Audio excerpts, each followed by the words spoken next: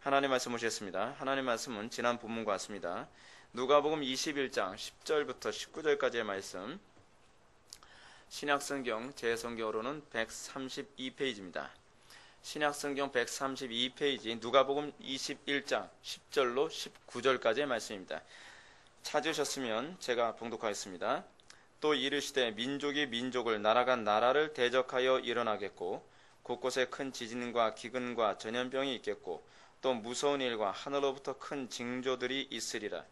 이 모든 일 전에 내 이름으로 말미암아 너에게 손을 대어 박해하며 회당과 옥에 넘겨주며 임금들과 집권자들 앞에 끌려가려니와 이 일이 도리어 너희들에게 증거가 되리라.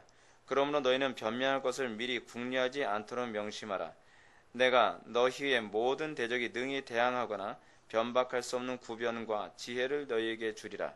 심지어 부모와 형제와 친척과 버지 너희를 넘겨주어 너희 중 몇을 죽게 하겠고 또 너희가 내 이름으로 말미암아 모든 사람에게 미움을 받을 것이나 너희 머리털 하나도 상하지 아니하리라. 너희의 인내로 너희 영혼을 얻으리라. 아멘. 이 시간은 누가복음 167번째 강의가 되었습니다. 성도의 견고한 인내라는 제목으로 하나님 말씀 증거하도록 하겠습니다. 성도의 견고한 인내. 우리는 지난 시간에 종말에 있을 하나님의 크고 두려운 심판에 대해서 살펴봤습니다. 크고 두려운 하나님의 심판에 대한 예언의 핵심은 AD 70년에 있게 되어질 예루살렘 멸망과 관련을 맺고 있습니다. 더 정확하게 얘기한다면 성전 파괴와 관련을 맺고 있습니다. 지난 시간에도 제가 여러분한테 말씀드렸던 것처럼 하나님께서는 미래를 예언하시고 그리고 종말을 우리들에게 예언하신다고 하셨습니다.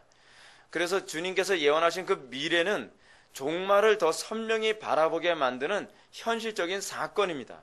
그래서 그 현실적인 사건을 정확하게 바라보게 되면 미래에 있게 되어질 하나님의 심판이 어떤 방식으로 있게 되어질 것인지를 우리는 선명하게 깨달아 알 수가 있습니다.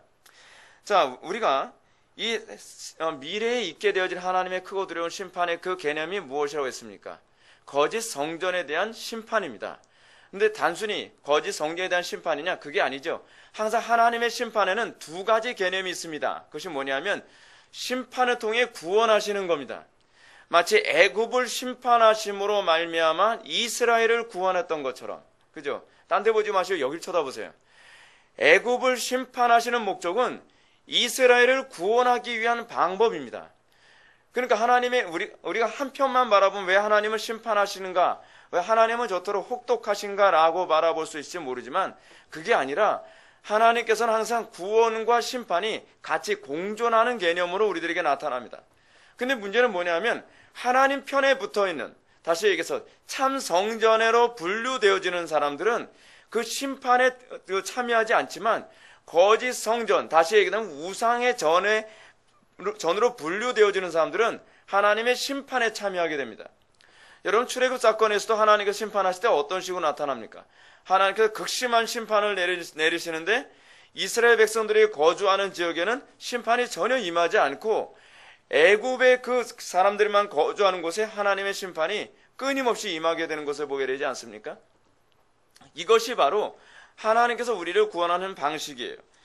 그래서 이 마지막 종말에 있게 되어진 하나님의 심판에 관해서 얘기하면서도 우리 오늘 본문을 보게 되면 뭐라고 얘기하냐면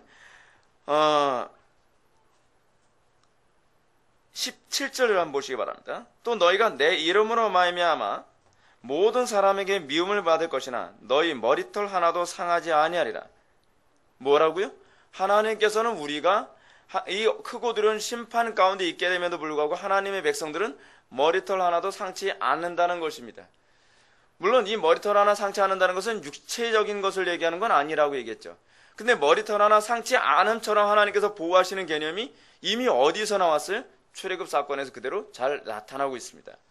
자, 우리는 이 차원에서 참 성전과 거짓 성전을 구분하시는 하나님의 전형적인 방식은 환난과 박해와 고난 가운데서 끝까지 인내하며 그 믿음을 지키느냐 그렇지 않느냐에 달려있다는 것을 알 수가 있습니다. 실제로 우리가 출애굽 사건을 가만히 묵상해보면 모세가 말한 그 말대로 말을 믿고 순종하면 그 해를 입지 않는데 괜히 모세가 말한 말 믿지 않고 애굽의 동네 괜히 돌아다니고 문설주에 피를 바르는 일을 안 하거나 그렇지 않으면은 하나님께서 요구하신 명령을 거절하는 사람들은 그 애굽 사람들 심판에 그대로 다 참여해 버리는 거예요. 다 같이 멸망당하고 같이 다 죽게 된다는 것이죠. 자, 그러므로 우리는 성경의 곳곳에서 나타나는 하나님께서 심판과 구원은 어떤 식으로 나타나는가? 구약에서 한번 볼까요? 구약에서 어떻게 심판과 구원이 나타나요? 구약에서는 남은 자 사상으로 나타나요. 하나님께서 이스라엘을 극심하게 심판하심에도 불구하고 그 안에서 어떻게 해요? 하나님의 택한 백성들만 남은 자로서 끝까지 믿음을 지켜내요. 신약에서는 어떻습니까? 신약에서도 키질이라고 하는 비유로 나타나죠. 키질을 통해서 극심한 고난을 통해서 어떻게 해요? 그 안에서 믿음 안에 있는 사람들은 하나님께로 더욱더 가까이 오죠.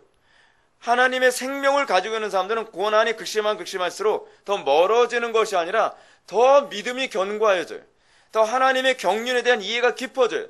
더욱더 성화되어져요. 그러나 믿음이 없는 사람들은 자기의 가면이 고난이 심하면 심할수록 그 가면이 점점 벗겨지죠. 자기가 나름대로 신앙이 있다고 생각하고 자기가 남대로 믿음이 있다고 생각했던 사람들이 고난 가운데 어떻게 해요? 한쪽으로 피하고 숨고 도망다니고 배도하고 타협하고 그러면서 점점 그 신앙이 거짓된 것이었음을 그 실체를 드러내는 것입니다. 키질이 하는 일이 그거 아닙니까? 키질이 하는 것이요. 그래서 오늘 본문이 이제 그 부분을 더 선명하게 얘기합니다. 너희 인내로 너희 영혼을 얻으리라. 얼마나 정확한 표현입니까? 인내로 우리의 영혼을 얻는다는 건 인내해야 영혼을 얻는다는 얘기가 아니죠. 그 영혼을 얻은 사람, 구원받은 사람만이 어떻게 해요? 끝까지 인내한다는 표현입니다. 이 부분을 더욱더 선명하게 잘 표현해 주는 것이 마태복음 24장 13절입니다. 끝까지 견디는 자는 구원을 얻으리라. 또 마태복음 10장 22절에서도 또 나타납니다. 또 너희가 내 이름으로 말미암아 모든 사람에게 미움을 받을 것이나 끝까지 견디는 자는 구원을 얻으리라. 이 문제가 뭐냐면 오늘은 한국교회 안에서 그리스도의 이름으로 말미암아 고난받는 자도 사실은 그다지 많지가 않다는 게 문제예요. 근데 그리스도의 이름으로 고난을 받는 것, 바른 신앙 고백으로 말미암아 고난을 받는 사람들이라고 해서 다 구원을 받는 게 아니라는 거죠. 바른 신앙 고백을 하는 사람들 중에서도 어떤 사람만 구원을 받아요? 끝까지 인내하는 사람만요. 그래서 여러분 십자가 졌다고 해서 내가 믿음이 있다고 생각하면 안 돼요. 제가 여러분한테 부활절날 설교하면서 그런 말씀 드렸죠. 신앙은 어디까지 가야 신앙이라고요? 부활까지 가야 신앙이에요. 끝까지 인내함이 바로 부활의 개념과 관련된 부분이거든요. 고난 당한다고 해서 그것이 신앙이 아니라 그 고난이 어디까지 가야 돼요? 예수 그리스도의 끝까지 인내하심까지 가야 돼요. 거기에 연합됨까지 가야 그것이 신앙이라고 얘기할 수 있는 거예요. 이런 성경의 가르침을 전통적인 우리 개혁교회는 뭐라고 어떤 용어로 가르쳤냐 하면 성도의 견인이라고 하는 용어로 가르쳤어요. 성도의 견인. The Perseverance of the Saints라고 하는 교리로 우리들에게 가르쳤습니다. 즉 참신앙을 가진 사람은 어떤 고난 가운데서도 끝까지 인내하며 믿음을 지킨다 라고 하는 교리입니다. 저는 오늘 지난 본문 같은 본문으로 지난 시간에 이어서 이 교리를 좀 더 설명하게 여러분한테 좀 제시해드리고자 합니다. 이 교리가 너무나 잘못 가르쳐졌고 너무나 잘못 이해되어진 교리이다 보니까 제가 이번에 이 성도의 견인 교리에 관한 이 교리만은 제가 좀 더 정확하게 잘 정리를 해서 특히 제가 이제 이 설교를 하기 위해서 존 머레이의 속죄론이라는 책 중에서 견인이라고 하는 부분만을 제가 좀 요약하고 거기다 제가 가지는 신학적인 통찰력을 좀 많이 섞어서 제가 여러분한테 제시하고자 합니다. 성도의 견인 교리를 살펴보는 데 있어서 이 교리가 근본적으로 가르치는 교리의 핵심이 무엇인가? 머레이 교수가 언급한 것처럼 이건요 견디는 교리입니다. 그래서 말 그대로 perseverance예요. 견디는 거예요. 이 말은 구원받은 성도들이 그리스도의 인내에 연합하여 끝까지 견디는 데까지 가게 되는 것입니다. 예수 그리스도의 인내는 어떤 인내였죠? 끝까지 아버지의 뜻을 성취하기 위해서 아버지의 뜻에 복종하기 위하여 그가 복종하되 어디까지 복종해요? 끝까지 복종하셨다라고요. 그것이 예수를 믿는 성도들에게 그리스도와 연합되어진 성도들에게 나타나야만 한다는 것입니다.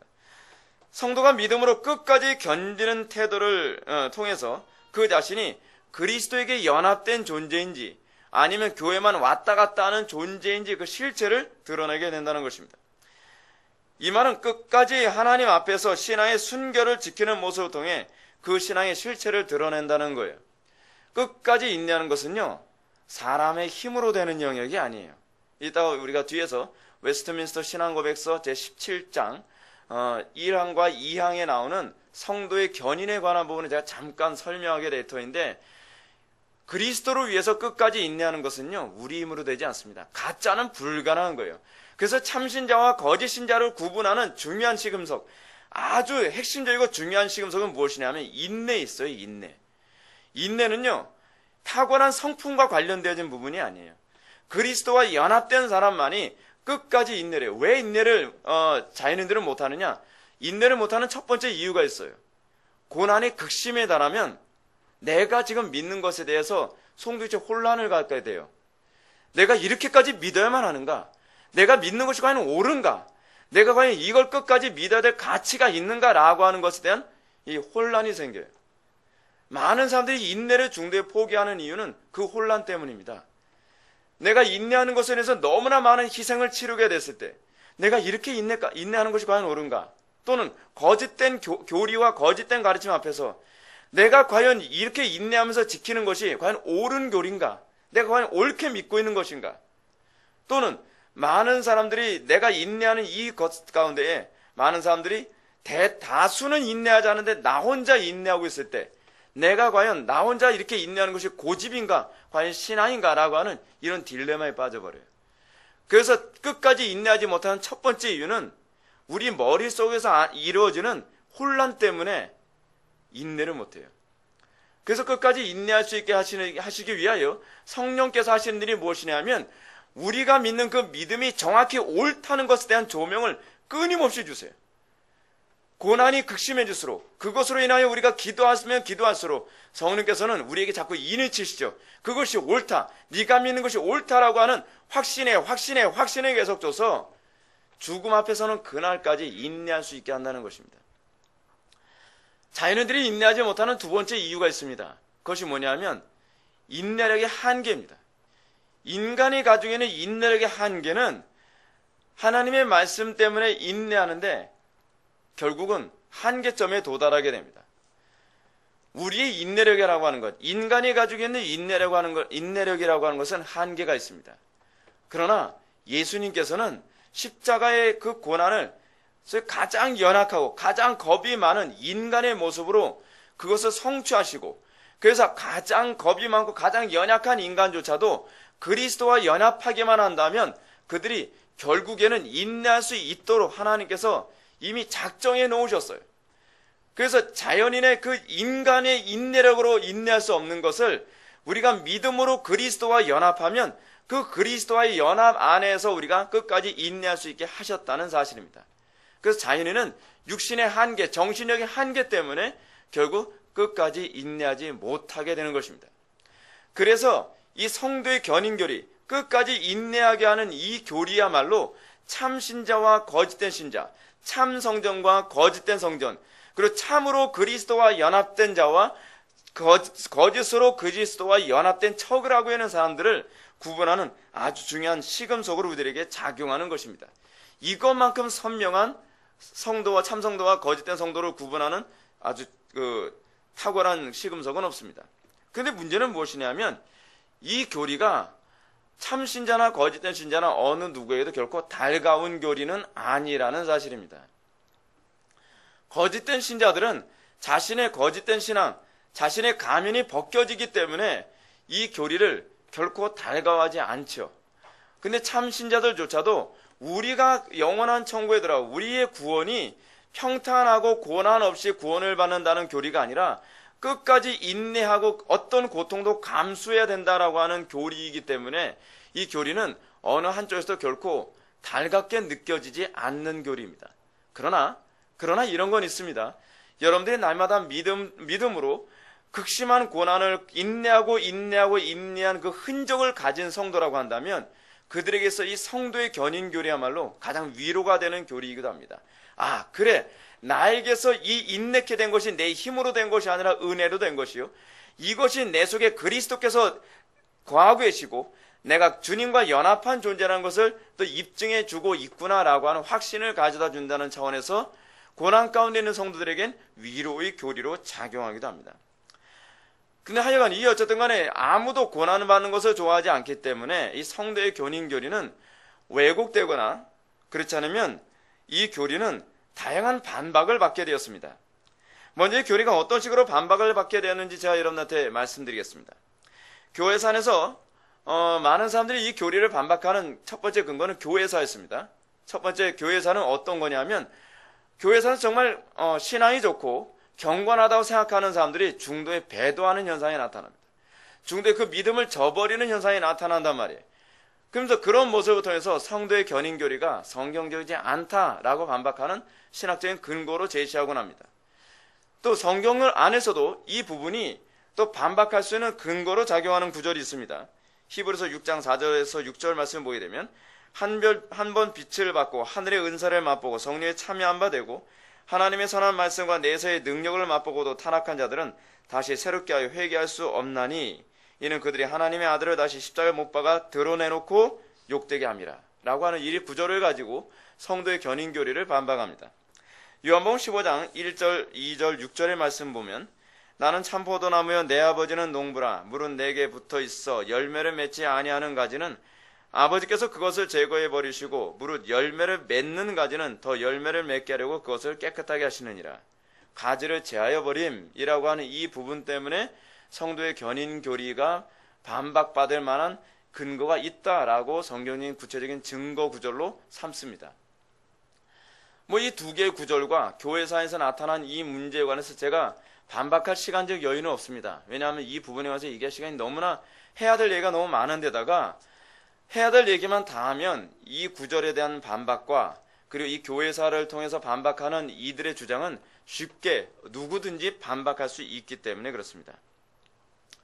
제가 오늘 본문의 말씀 방향과 관련해서 성도의 견인교리를 여러분한테 이해시키는 데 있어서 여러분한테 첫 번째로 살펴보고자 하는 성경 구절이 있습니다. 먼저 요한복음 8장 31절과 32절 말씀을 한번 좀 펴보시기 바랍니다. 오늘은 이 구절을 한번 좀 같이 좀 펴보셔야 될 것 같아요. 아주 중요한 성경 구절입니다. 요한복음 8장 31절과 32절의 말씀 찾으셨으면 제가 봉독하겠습니다. 그러므로 예수께서 자기를 믿은 유대인들에게 이르시되 너희가 내 말에 거하면 참으로 내 제자가 되고 진리를 알지니 진리가 너희를 자유롭게 하리라. 아멘. 이 구절에서 우리가 발견하게 되는 중요한 점이 있습니다. 그것은 그리스도의 참 제자를 구분하는 중요한 시금석이 무엇인가 하는 것입니다. 그리스도의 참 제자와 거짓된 제자를 구분하는 중요한 시금석은 예수님의 말씀 안에 계속적으로 거하느냐, 그렇지 않으면 일시적으로 거하고 마느냐에 관한 문제로 예수님이 지금 말씀하고 계신다는 사실입니다. 참된 제자는 예수님의 말씀 안에 한때 거하는 사람이 아닙니다. 참된 제자는 지속적으로 계속 거하는 사람이라고 예수님 우리들에게 가르치고 계십니다. 이 계속 거함은 환난이나 유혹이나 어려움이나 핍박과 관계없이 계속 거하는 사람입니다. 편하면, 내가 종교생활하기 편하면 계속 거하지만 종교생활하기 어려우면 안 거하기도 하는 그런 유형이 아닙니다. 지금 여기서 참 제자의 유형을 예수님 뭐라고 얘기하냐면 환경의 여부와 관계없이 계속 거하는 자들입니다. 계속 그리스도와 동행하는 자들입니다. 그러므로 이 말씀은 너희 인내로 너희 영혼을 얻으리라 라는 말씀이나 끝까지 견디는 자는 구원을 얻으리라는 말씀으로 대체할 수 있는 말씀이기도 합니다. 이 말씀을 히브리서 기자는 우리가 시작할 때 확실한 것을 끝까지 견고히 잡고 있으면 그리스도와 함께 참여한 자가 되려는 말씀으로 가르치고 있기도 합니다. 우리가 시작할 때 확실한 것을 끝까지 견고히 잡고 있으면 어떻게 해요? 그리스도와 함께 참여한 자가 되리라. 신앙이란 뭐예요? 신앙이란 끝까지 가는 거예요. 신앙이란 일시적인 게 아니에요. 이게 일시적인 것일 수 없는 이유는 뭐냐면 신앙은 영원한 것이기 때문에 그래요. 영원한 것은 시간을 초월해요. 그래서 영원한 생명이 우리 안에 들어왔을 때 그 생명은 일시적일 수가 없어요. 피조된 생명은 일시적일 수 있을지 모르나 영원한 생명은 일시적일 수 없다는 것이 논리적 근거예요. 우리가 예수 그리스도를 진정으로 영접했다고 한다면 우리의 신앙은 일시적일 수 없습니다. 우리 신앙은 지속적입니다. 지속적으로 그분과 거하고 지속적으로 그분과 함께 있는 것입니다. 그러므로 머레이 교수는 성도의 견인교를 설명하면서 다음과 같은 말로 우리에게 얘기해 줍니다. 참신앙의 궁극적 시험은 그리스도 안에 살며 그의 말씀 안에 계속 거하면서 끝까지 견디는 것이다. 참신앙의 궁극적 시험은 그의 말씀 안에 계속 거하면서 끝까지 견디느냐에 있다는 거예요. 말씀 안에 계속 거합니까? 말씀 안에 어느 정도 거하다가 힘들면 그 말씀을 자포자기하고 내팽개치는 사람들이 요즘 굉장히 많죠. 그래, 하나님 말씀대로 이렇게 살라고 얘기했지. 처음에는 그렇게 사는 것 같습니다. 직장생활하면서 그렇게 사는 것 같아요. 캠퍼스에서 그렇게 사는 것 같아요. 가정 안에서 그렇게 사는 것 같아요. 근데 문제가 뭐냐면 어려움이 생기고 고난이 닥치고 환경이 열악해지면 어떻게 해요? 내가 할 만큼 해봤어. 그래서 말씀 속에 더 이상 거하지 않고 말씀을 내팽개쳐버리고 예전에 내가 살던 방식으로 다시 돌아가 버리는 거 많은 거예요. 그래서 이 교리와 관련해서 우리가 반드시 살펴봐야 될 예수님의 중요한 비유 가르침이 있습니다. 그것은 씨 뿌리는 비유입니다. 지금 이 시간에 우리가 씨 뿌리는 비유 전체를 다 살펴볼 수 없습니다. 그러나 씨 뿌리는 비유 가운데서 예수님이 성도의 견인교리와 관련하여 우리들에게 이해할 수 있도록 제시해 주신 네 종류의 밭 가운데 한 가지 밭이 있습니다. 그 밭은 돌짝밭에 떨어진 씨 밭입니다. 이 돌밭은요, 이 돌밭과 관련해서 예수님은 우리에게 이렇게 말씀하셨습니다. 마태복음 13장 20절의 말씀을 보면 돌밭에 뿌려졌다는 것은 말씀을 듣고 즉시 기쁨으로 받되라고 얘기합니다. 돌밭의 특징이 무엇입니까? 돌밭은 하나님의 말씀을 기쁨으로 받고 말씀을 듣는 것만이 아니라 그들은 말씀을 기쁨으로 받습니다. 근데 문제가 무엇인가? 그들은 말씀을 거부하지 않고 말씀을 기쁨으로 받지만 그렇다고 해서 그들의 신앙이 지속성이 있는 것은 아니라는 것입니다. 그 신앙이 참 신앙을 입증하는 것이 아님을 주님께서 그 지속성 없음에서 입증하고 계세요. 그러므로 머레이 교수는 이 심령 상태에 관해서 다음같이 말합니다. 잘 들어보십시오. 그리스도를 믿고 그에게 복종하며 일시적으로 좋은 신앙 고백을 하며 그리스도와 그 왕국에 대한 열심을 보이는 이런 모든 외양을 가지고 있다가도 비록 적대시하지는 않을지라도 그리스도와 그의 왕국에 관한 주장들에 대하여 모든 흥미를 잃어버리고 무관심하게 되는 일이 있다. 이것이 바로 돌밭에 떨어진 씨의 교훈이다. 돌밭에 떨어진 씨는요, 항상 청교도들이 일시신앙을 설명할 때 항상 사용하는 본문입니다. 일시신앙은 다른 신앙하고 달라서 정말 거듭난 신자처럼 말씀을 듣는 것을 기뻐하고 기쁨으로 받기도 합니다. 그 말씀을 즐거워하고 그 말씀을 연구하기도 합니다.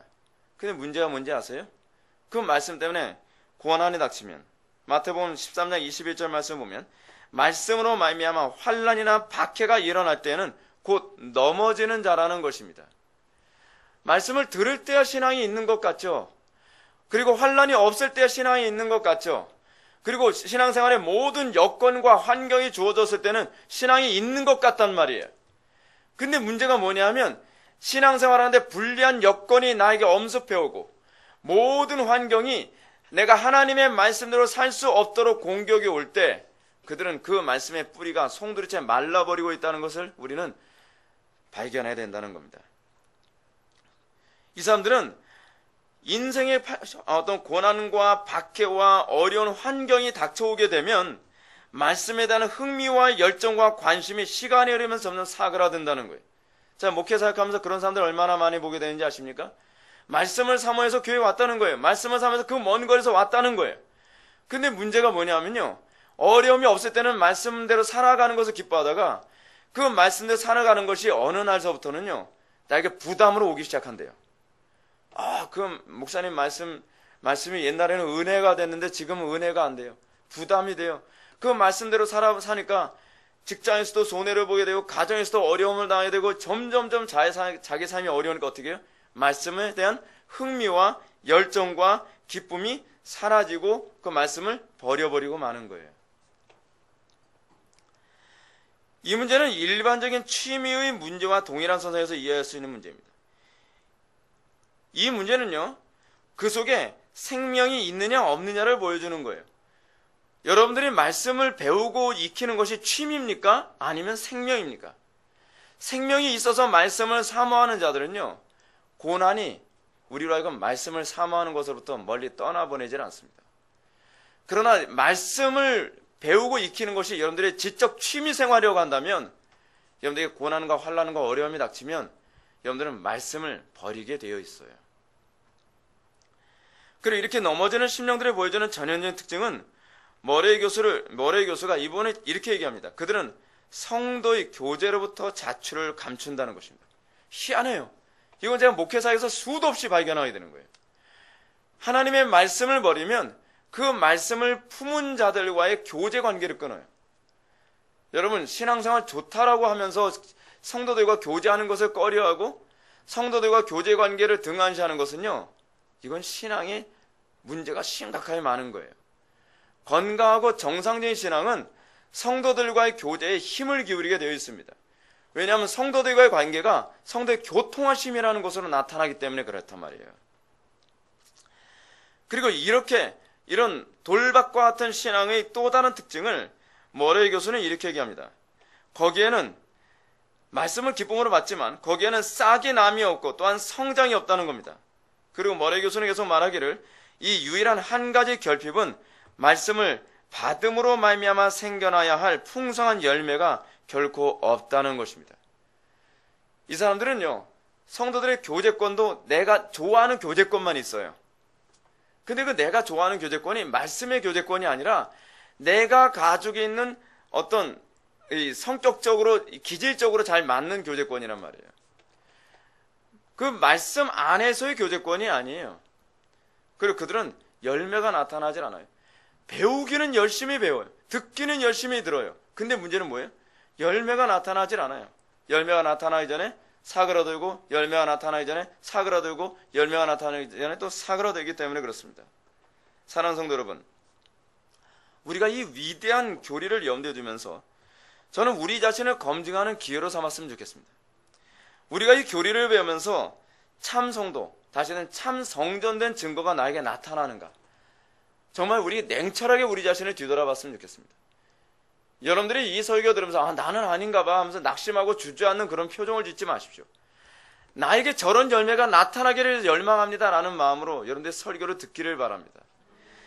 여러분들이 이 설교를 통해서 내가 조금이라도 늦기 전에, 환난의 때가 오기 전에, 은혜 받을 만한 시기가 나에게서 사라지기 전에 나에게 이 열매가 나타나기를 간절히 사모합니다. 내가 이 열매를 얻기 위해서, 나에게서 이 특성이 나타나도록 하기 위해서 내가 주님과 씨름해야 되겠구나, 내가 하나님의 은혜를 구해야 되겠구나 라고 하는 그런 태도를 견지했으면 좋겠습니다. 조금도 뒤로 미루지 마십시오. 리차드 백스터는 회중들이 하나님의 말씀 앞에서 회개하는 것을 뒤로 미루지 못하도록 그 즉시 회개하도록 끊임없이 강조했다 합니다. 그렇습니다. 여러분들이 가장 회개하기 좋은 때가 어떤 때인지 아십니까? 지금 이때입니다. 하나님의 말씀이 여러분들의 심령을 강하게 강타했을 때, 그때만큼 여러분들이 회개하기 좋은 때가 없습니다. 시간이 지나 보십시오. 점점 여러분들의 마음은 느슨해집니다. 점점 여러분들의 마음은 안일해집니다. 점점 여러분들은 이 말씀에 대한 강력한 이 임팩트가 점점 약화되어져서, 그래, 그때는 내가 왜 공포스럽게 들었는지 몰라, 그때는 내가 왜 이걸 심각하게 들었는지 몰라, 뭐 그렇게 심각한 문제도 아닌데 라고 만들어버리고 말 거예요. 우리의 자연인의 타고난 본성은 어떠냐면 본성적으로 느슨해져요. 자연인들의 본성은 어떠냐면요, 마치 뭐와 같냐면 고무줄과 같아서 설교자가 힘들게 긴장하도록 팽팽하게 당겨 놨다가 그걸 놔버리면 다시 원상복귀해버려요. 긴장하게 만드는 것은 굉장히 힘든데 원상복귀로 돌아가는 것은요, 그냥 손을 놔버리면 그 즉시예요. 그래서 저는 개인적으로 설교자가 하는 일은 무엇이냐면 그 고무줄과 같은 본성을 끊는 일이라고 저는 생각합니다. 더 이상 그 팽팽함에서 다시 원상복귀하지 않는 상태로 돌아오게 만드는 것. 여러분들이 저 하나님을 경외하고 그 말씀 앞에서 두려움에 떠는 것으로 내게 믿음이 들어왔다고 생각하지 마시고, 그 두려움과 긴장감이 계속 유지되고 있느냐를 여러분들 살펴봐야만 합니다. 여러분들 은혜를 받았다고 하는데 시간이 가면 다시 원상복귀가 된다. 그건 은혜 받은 게 아니에요. 그건 정상적인 신앙이 아니란 말이에요. 정상적인 신앙은 그 긴장감이 유지되는 거예요. 정상적인 신앙은 그 열매가 나타날 때까지 그 말씀에 대한 이 긴장감이 여러분들에서 풀어지지 않는 거예요. 이제 저는 이 위대한 교리가 오늘날 너무나도 많은 교회 안에서 왜곡되고 있다는 점을 말씀드리고자 합니다. 여러분들도 잘 알고 계신 것처럼 이 교리는 너무도 많은 교회 안에서 신자들의 타락을 조장하는 대표적인 교리로 자리를 잡고 있습니다. 즉, 한 번 구원받는 사람은 영원히 그 구원을 보장받는다고 하는 그 구원에 대한 안전 보장 교리로 이해되고 있다는 거예요. 머리의 교수도요, 그 책에서 보게 되면 이 교리는 구원의 안전을 보장해주는 교리가 아니다라고 단호하게 얘기합니다. 마치 이 성도의 견인 교리는 성도가 비록 타락할지라도, 아무리 타락할지라도 구원은 보장된 거야 라고 가르치는 것처럼 사람들이 이해하고 있다는 거예요. 그로 인해서 현대교회는 자연스럽게 무율법주의를 수용하고 말았습니다. 이 교리는 오늘날 구원파라고 하는 대표적인 이단을 낳고 말았어요. 이 이단이 사실은 어떤 면에서 제가 보기엔 장로교에서 나온 이 사생아라고 저는 생각이 됩니다. 오늘날 장로교회들이 사이비 교인들을 긁어 모으기 위해서 강단에서 하지도 않던 교리 얘기를 꺼내면서 이 얘기를 꺼낼 때가 얼마나 많은지 모릅니다. 성도의 견인교리. 여러분, 한 번 여러분들 구원받은 사람은 절대로 지옥 가지 않습니다. 믿으시기 바랍니다. 그런데 이 교리에다가 날개를 달아준 또 다른 사이비 교리가 하나 있습니다. 뭐냐면 영접교리입니다. 사형리 영접교리. 사형리 영접교리는 이 성도의 견인교리, 사이비 성도의 견인교리에다가 날개를 달아준 교리입니다. 그래서 어떻게 해요? 이 거짓 가르침은 믿음으로 거저주시는 은혜의 교리를 간단한 영접 기도를 통해서 구원을 받을 수 있다고 하는 간편한 인스턴트 구원의 교리로 자리를 잡았습니다. 자, 보십시오. 얼마나 요즘에 이 두 개의 교리가 기가 막힌 그 두 개의 날개를 가지고 있는지요. 사람들에게 하나님을 믿고 싶지도 않고 십자가를 지고 싶지도 않으며 복음에 대해서 아무 관심이 없는 사람에게 영접교리를 얘기합니다. 사형리를 건성으로 나열을 하고, 자, 당신이 오늘 이 시간 영접교리를 하면 당신은 구원받을 수 있을 것입니다. 인스턴트식의 아주 간편한 구원을 제시합니다. 그래서 그가 인스턴트식으로, 그래요, 내가 이것만 한다면 내가 구원을 받는다면 하지요, 뭐. 하지요라는 말을 제가 강조하고 있습니다. 행위를 지금 제가 얘기하고 있다는 거예요. 그래서 이 간편한 이 영접기도를 하고 난 다음에 그 다음에 이렇게 얘기합니다. 그 다음에 견인교리를 얘기하는 거죠. 자, 당신은 예수님을 영접했으니까 절대로 지옥 가지 않습니다. 당신이 하나님의 백성 된 것을 축하합니다 하면서 박수를 쳐줍니다.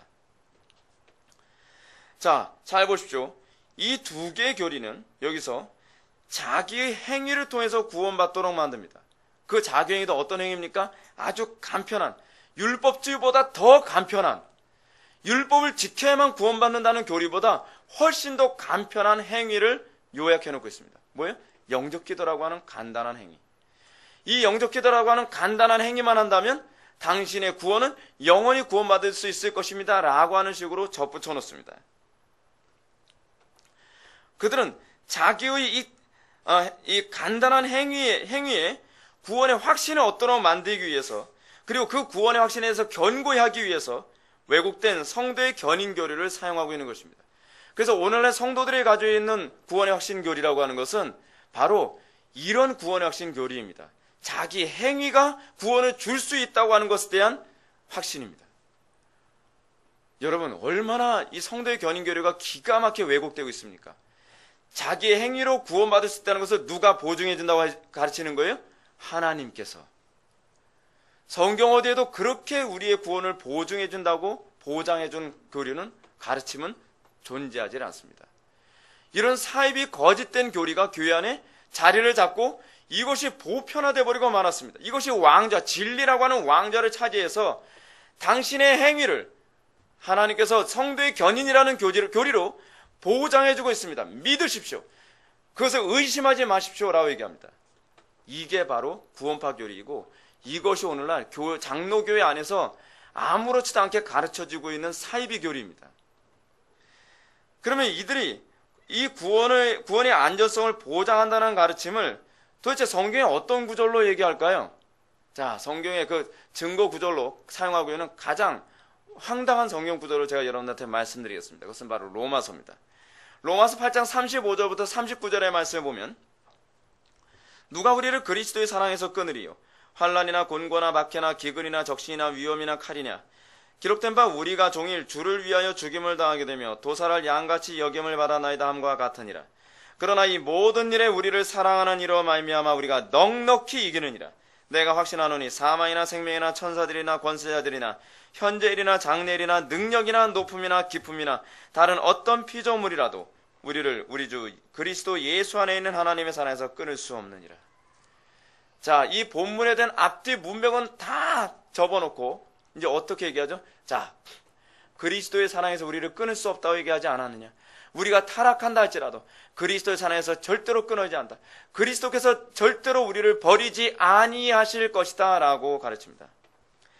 그가 어떤 타락에 떨어지더라도 그리스도께서는 너무나 사랑이 많으시기 때문에 절대로 당신을 버리지 않을 것이다. 아니, 언제 들어왔어야죠. 안 버리죠. 아니, 거짓된 구원의 확신을 얘기하고 나서 사람들에게 어떻게 해요? 세뇌를 시키는 겁니다. 그리스도 안에 들어왔다라고 믿으라는 거예요. 들어오지도 않은 사람에게 그리스도께서 놓지 않을 거라고 거짓말하고 있습니다. 이건 거짓말입니다. 이건 종교 사기입니다. 성경은 우리에게 그렇게 가르친 적이 없습니다. 자, 애석하게도 이 본문에 말하고자 하는 의미는 지금 이렇게 구원의 확신을 거짓되게 가르치는 사람들과 정반대로 얘기하고 있습니다. 로마서 8장의 본문은 성도가 타락한다는 것을 전제로 얘기하는 본문이 아닙니다. 도리어 로마서 8장의 말씀은 한 번 구원받은 성도는 구원이 아니라 하나님과의 사랑의 관계를 결코 소홀히 할 수 없다고 우리들에게 가르치는 본문입니다. 다시 말해서 바울은 성도가 어떤 환경과 어려움과 난관에 처할지라도 그리스도를 사랑하는 그 마음이 식지 않을 것이라고 얘기하는 거예요. 정반대로 얘기하고 있는 겁니다. 같은 본문을 가지고 정반대로 사용하면서 이걸 소위 영적 기도와 구원의 확신에 대한 증거 구절로 삼고 있는 거예요. 이 구절을 구체적으로 이해하는 데 도움이 되는 구절이 바로 제가 앞에서 언급했던 돌밭에 떨어진 씨의 비유예요.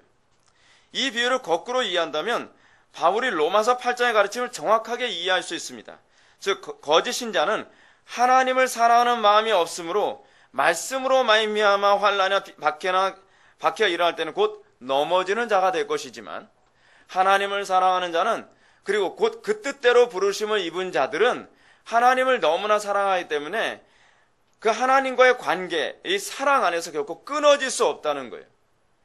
로마서 8장 37절의 말씀처럼 이 모든 일에 우리를 사랑하시는 이로 말미암아 우리가 넉넉히 오히려 이기게 된다는 거예요. 오히려 죄를 이기게 된다고 가르치고 있지, 오히려 환경을 이기게 된다고 얘기하고 있지, 환경 때문에 타락한다고 가르치는 것이 아니에요. 환경 때문에 타락함에도 불구하고 주님께서 우리를 결코 구원에서 놓지 않겠다라고 가르치는 구절이 아니라는 말이에요. 로마서 8장에 나타난 성도의 견인교리는 성도가 타락할지라도 결코 하나님께서 버리시지 않으실 거라는 메시지를 담고 있는 것이 아닙니다. 반대로 이 가르침은 성도가 어떤 어려움이나 박해가 있을지라도 하나님께 대한 사랑과 신의를 저버리지 않게 될 것이라고 하는 은혜의 교리입니다. 그러므로 성도의 견인교리는 어떤 상황에도 타협해서는 안 된다는 교리가 아닙니다. 성도의 견인교리는 어떤 상황에서도 성도는 타협이 안 된다는 교리예요. 성도가 왜 타협이 안 되죠? 우리는 타협을 해서는 안 된다라고 생각을 하잖아요. 그리스도는 타협을 하면 안 됩니다. 그 얘기가 아니에요. 성도들은 주님을 사랑하기 때문에 타협할 수가 없는 거예요. 마치 교부들 중에서 그 교부 이름이 뭐였죠? 그 교부 중에 어떤 그 교부가 이름은 갑자기 떠오르지 않는데 그분이 화형이 처하게 될 그 상황에서 그렇게 얘기하지 않습니까? 당신 나이도 많으신데 그냥 예수님 한 번 부정하면 이 위기를 옮겨갈 수 있는데 왜 굳이 고집을 피워가면서 이 위기를 그냥 다 맞이하려고 합니까? 그분이 이렇게 얘기하잖아요. 그리스도께서는 나를 한 번도 배신한 적이 없는데 내가 어떻게 그리스도를 배신할 수 있겠느냐? 이게 성도의 견인교리예요. 성도가 세상과 타협할 수 없는 이유는 뭐냐면 그분의 사랑을 맛보았기 때문에 그래요. 성도는 타협하지 않는 사람이 아니에요. 성도는 타협할 수가 없을 뿐이에요. 그리스도의 사랑을 맛보았고 그리스도의 사랑이 우리 속에 강권하기 때문에, 그리스도의 은혜 때문에 내가 그 사랑을 배신할 수 없는 것입니다. 어떤 상황에서 타협이 안 되는 것이죠. 수많은 쉽고 편한 길이 있다는 것을 알지만 오로지 좁고 힘든 십자가의 길, 그 한 길밖에는 보이지 않는 거예요. 그 한 길밖에 보이지 않기 때문에 그 길로 걸어가는 존재이지, 그들이 대단한 정신력을 가지고 있어서 그들이 대단한 인내력이라든지 올곧은 성품 때문에 타협을 안 하는 그런 인격자로서의 타협을 안 하는 존재가 아니란 말이에요. 그래서 성도의 견인교리의 영광은 하나님께 돌려지는 교리이지 우리에게 돌려지는 교리가 아니에요. 사랑하는 성도 여러분, 성도의 견인교리가 궁극적으로 성도에 주는 메시지는 넉넉히 이긴다는 데 있습니다. 쓰러지고 넘어지고 타락해도 구원을 보장해준다는 얘기가 아니라 성도의 견인교리를 이렇게 이해하고 가르침으로 말미암아 오히려 타락과 패배의 문을 활짝 열어주고 말지 않았습니까? 성도의 견인교리는 타락해도 된다는 얘기가 아니에요. 성도의 견인교리는 쓰러져도 된다는 얘기가 아니에요. 오히려 성도의 견인교리는 우리가 이 세상을 살아가면서 넉넉히 이길 수 있는 근거를 제시해주는 교리예요. 머레이 교수는 다음과 같이 말합니다. 성도의 견인이란 말 자체가 신자는 구원을 영원히 보장받는다거나 죄로 떨어질 수 없고 신앙과 성결로부터 다시는 타락할 가능성이 없다는 뜻이나 그런 암시를 포함하고 있지 않다. 이 교리에 대한 이런 유형의 설명은 해로운 것이며 거짓된 것이기 때문이다. 신자가 아무리 죄와 불신앙 가운데 떨어져 안전하다는 것은 그것은 사실이 아니다. 신자가 신앙 이후의 생활 가운데서 아무리 죄에 빠진 생활 상태에 있어도 안전하다고 말하는 것은 바로 그 주장으로 말미암아 그리스도를 믿는 신앙을 헛것으로 만들고 하나님의 은혜를 세귑거리로 바꾸는 결과가 된다. 여러분, 지금 성도의 견인교리를 한 번 구원받는 사람은 타락하더라도 구원받는다고 가르치는 것은요, 하나님의 은혜를 세귑거리로 만드는 겁니다. 이게 얼마나 사악한 교리인지 아십니까? 이거는 마귀의 교리입니다. 성도의 교리를 이렇게 왜곡하는 것만큼 탁월한 마귀의 교리는 없을 것입니다. 그렇습니다. 로이 존스 목사님의 지적처럼 올바른 교리는 성도를 긴장하게 만들어야만 합니다. 올바른 교리는 성도들로 하여금 더 무장하게 하고 성도들로 하여금 더 기도하게 만들며 성도들로 하여금 더 거룩하게 만드는 것이어야만 합니다. 이게 올바른 교리의 특징이에요. 거짓된 교리는 어떤 특징을 가지고 있죠? 성도들을 느슨하게 만듭니다. 그리고 기도를 안 하게 만듭니다. 그리고 타락하게 만듭니다. 느슨하게 만든단 말이에요. 그건 거짓된 가르침입니다. 오늘날 이런 마귀의 가르침들이 교회 안에 얼마나 팽배해져 있는지 모릅니다. 오늘날 수많은 성경 교사들, 목회자들이 성도들의 마음을 편하게 만들어주기 위해서 이 위대한 교리를 엉터리로 바꿔서 말하거나 그렇지 않으면 제대로 고민조차도 안 하고서 어디서 주워 들은 식으로 이 성도의 교리를 가르쳐서 성도들의 타락을, 그리고 성도들의 방종을 열어놓고 말았습니다. 성도의 견인교리는 성도가 세상을 넉넉히 이길 수 있는 근거를 제시해주는 교리입니다.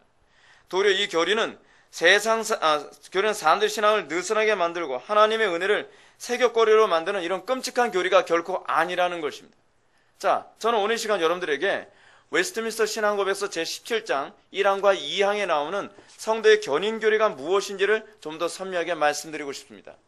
근데 애석하게도 굉장히 많은 웨스트민스터 신앙고백서를 번역한 책들을 보게 되면 성도의 견인교리의 이 부분을 또 제대로 번역을 잘 안 하고 애매하게 번역을 해버리고 말았어요.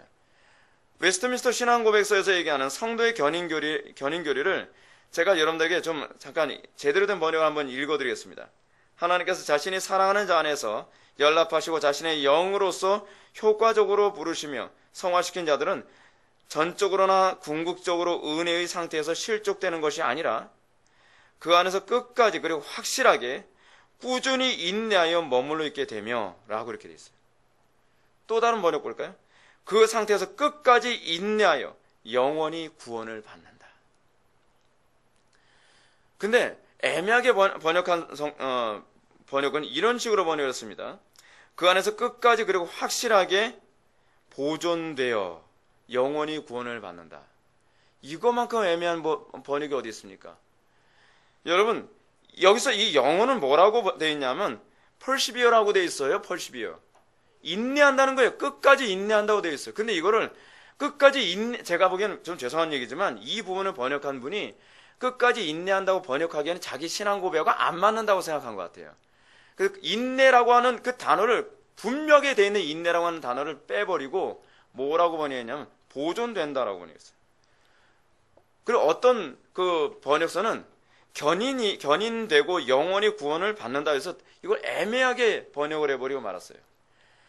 그 2항을 한번 읽어볼까요? 2항은 이렇게 어떤 식으로 보존되는지를 이렇게 얘기합니다. 어떻게 견인되는지, 견고하게 인내하게 되는지. 이러한 성도들의 꾸준한 인내는 자신들이 자유의지에 의한 것이 아니라 아버지 하나님이 값없이 주시고 불변의 사랑에서 나온 불변의 선택교리에 의하고 예수 그리스도의 공적과 간구와 효과와 성령과 저들 안에 있는 하나님의 씨가 거하시는 일과 은혜와 언약의 특성에 관한 것이며 이렇게 얘기하고 있습니다. 성도가 끝까지 인내하는 근거가 어디 있다는 거예요? 예수 그리스도의 중보기도와 그리고 그리스도의 끝까지 인내함에 대한 연합의 근거가 되어 있다는 거예요. 성도의 견인은 모든 영광이 하나님께 돌려져야만 한다는 교리이며 성도의 견인은 성도가 결코 세상에서 패배할 수 없다는 교리이며 성도의 견인 교리는 성도가 정말 이 땅에서 하나님만을 바라보며 살 수밖에 없는 존재임을 우리들에게 얘기해주는 탁월한 교리입니다. 자, 그런데 문제는 뭐냐면 이 교리의 왜곡은 이거로 끝나지 않습니다. 오늘날 이 교리는 자살의 문제에 대해서도 성도가 느슨하고 관대한 잣대로 이 성도의 견인 교리를 사용하도록 또 사람들에게 제공하고 있다는 것이 그 문제의 심각성을 더 드러내고 있습니다. 즉 하나님의 구원을 이미 받은 성도는 그가 자살을 한다고 해도 결코 지옥에 가지 않는다. 와, 성도의 견인 교리를 이렇게 사악하게 악용할 수 있을까요? 여러분, 끝까지 인내할 수 있는 교리입니다. 끝까지 그들은 넉넉히 이길 수 있다고 하는 교리예요. 근데 이 교리가 어떻게 자살을 허용할 수 있다고 얘기할 수 있죠? 이 많은 사람들이 성도의 견인 교리를 가지고 한번 구원받은 사람은 그가 자살할지라도 결코 구원을 이탈하지 않는다라고 얘기하는 이유는 그 누구도 그리스도의 사랑에서 우리를 끊을 수 없기 때문이라고 얘기하는 겁니다. 이거는요 정말 마귀의 가르침이 아니라고 어떻게 얘기하지 않을 수 있겠습니까? 어떤 학자나 목회자는 이 교리를 더 피상적으로 적용하여 비록 구원을 받지 않고 자살을 하는 사람이라 한다 할지라도 하나님께서 택한 백성은 자살하여 죽는 그 순간 안에서도 예수님을 영접해서 천국에 갈 수 있다라고 선택과 견인의 교리를 이렇게 맞물려서 얘기하는 사람들도 있습니다. 여러분, 이런 주장이 분명히 많은 사람들에게 박수를 받을 것입니다. 많은 사람들의 마음을 편하게 해줄 겁니다. 가족 중에 누가 자살한 사람이 있다면 그래, 저 교리가 우리를 위로해 준다라고 얘기해 줄 것입니다. 그러나 그 교리는 자연인들의 마음을 편안하게 해줄 수 있을지 모르나 성도들의 타락을 막지 못합니다. 성도들이 이 땅의 세상을 넉넉히 이기도록 만드는 근거로 제시해 주지 못합니다. 그리고 그 교리는 성도로 하여금 하나님을 나쁜 하나님으로 만드는 그런 교리로 우리에게 주어지고 말 것입니다. 머레이 교수의 지적처럼 견인교리에 대한 이런 왜곡된 가르침은 하나님의 은혜를 세격거리로 만드는 끔찍한 가르침이라는 것을 알아야만 합니다. 저는 이제 마지막으로 머레이 교수의 말을 한 번만 더 인용하고 말씀을 마치겠습니다. 성도의 견인은 오직 끝까지 견디는 자만이 참 성도라는 사실을 우리에게 매우 힘있게 말해주고 있다. 성도의 견인은 내가 참 신자라는 것을 입증하기 위한 것입니다. 그러므로 참 끝까지 인내할 수 있는 열매를 바라보지 않고 자살하는 사람이 과연 그가 견인의 은총 안에 있는 사람이라고 어떻게 우리가 확신할 수 있죠? 그렇지 않습니까?